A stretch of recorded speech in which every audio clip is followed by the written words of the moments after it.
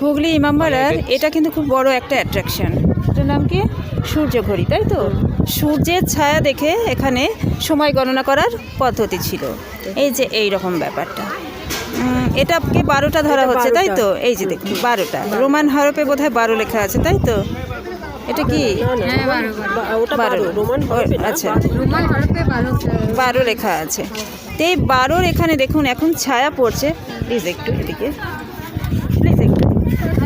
এই যে ছায়াটা পড়ছে, যেখানে ছায়া পড়ছে দেখুন এই জায়গায়, এই জায়গায় ছায়াটা এখানে চলে গেছে। 2টো দাগ মানে 2টো বাজে। আবার দেখুন ছায়াটা কিন্তু ঠিক এই জায়গায় পড়েছে, তার মানে প্রায় 15-র মতো কাছাকাছি চলে গেছে। মানে এইটা দেখে আমরা বুঝতে পারবো, হ্যাঁ আমার ঘড়িতেও তাই। বুঝতে পারলে এইটা মানে তখন তো এইসব ইলেকট্রনিক্স ঘড়ি ছিল না সেই জমানায়, কিন্তু এই ঘড়ি কিন্তু মানুষের খুব কাজে লাগতো। তার মানে সূর্য কতখানি গুরুত্বপূর্ণ আমাদের কাছে। এই অ্যাট্রাকশনটা দেখার জন্যই আসবেন হুগলি ইমামবাড়ায়।